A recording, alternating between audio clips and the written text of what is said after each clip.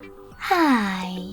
In front of me is DOOGEE X97 Pro, and today I would like to show you how you can select and delete multiple photos at once on this device.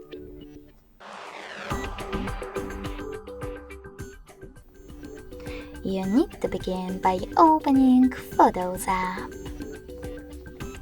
Following that, you can click on one of your folders in Library section and hold the photo that you wish to get rid of.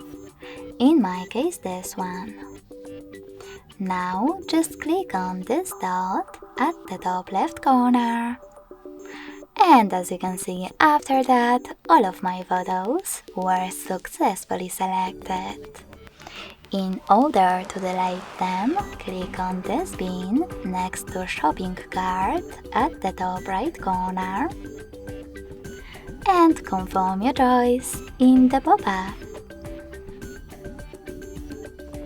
Thanks so much for watching. If you enjoyed this video, smash that like button, comment and subscribe.